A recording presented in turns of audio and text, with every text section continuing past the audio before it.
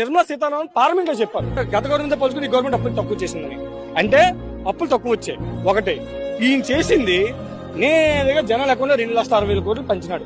Proof రూపాయల అంశం లేకుండా అక్కడ బట్టలు నొక్కితే అక్కడ అకౌంట్ పడిపోయింది. ఇది కాకుండా 1,30,000 కోట్లు నాన్ డెబిట్ ద్వారా పడింది.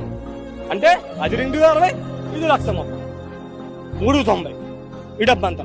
ఇది కాకుండా 17 మెడికల్ కాలేజీలు అండి, 52 100 పడకలు 150 పడకలు హాస్పిటల్స్ అండి. ఇది కాదండి, మళ్ళీ కాకుండా రోడ్స్ అండి. ఇది కాకుండా మంచి నెక్స్ట్ సచివాలయాలు అండి, రైతు భరోసా అండి, నెక్స్ట్ 4 పోర్ట్లు అండి, 10 ఫిషింగ్ హార్బర్లు అండి. ఇవన్నీ ఎలాగొచ్చాయండి? కేవలం ఇవన్నీ 5 సంవత్సరాల్లో, అందులో 2 సంవత్సరాలు కరోనా. అమెరికా లాంటి దేశమే తల కింద అయిపోయింది. జగన్మోహన్ రెడ్డి గారు ఆ టైంలో డబ్బులు పంచబట్టి ఈరోజు పేదలను బతికాడు. ఇంకా నెక్స్ట్ వచ్చినప్పటికీ స్కూల్స్, ముఖ్యంగా స్కూల్స్ మీ గవర్నమెంట్ లో స్కూల్స్ డెవలప్ చేయలేకపోయారు.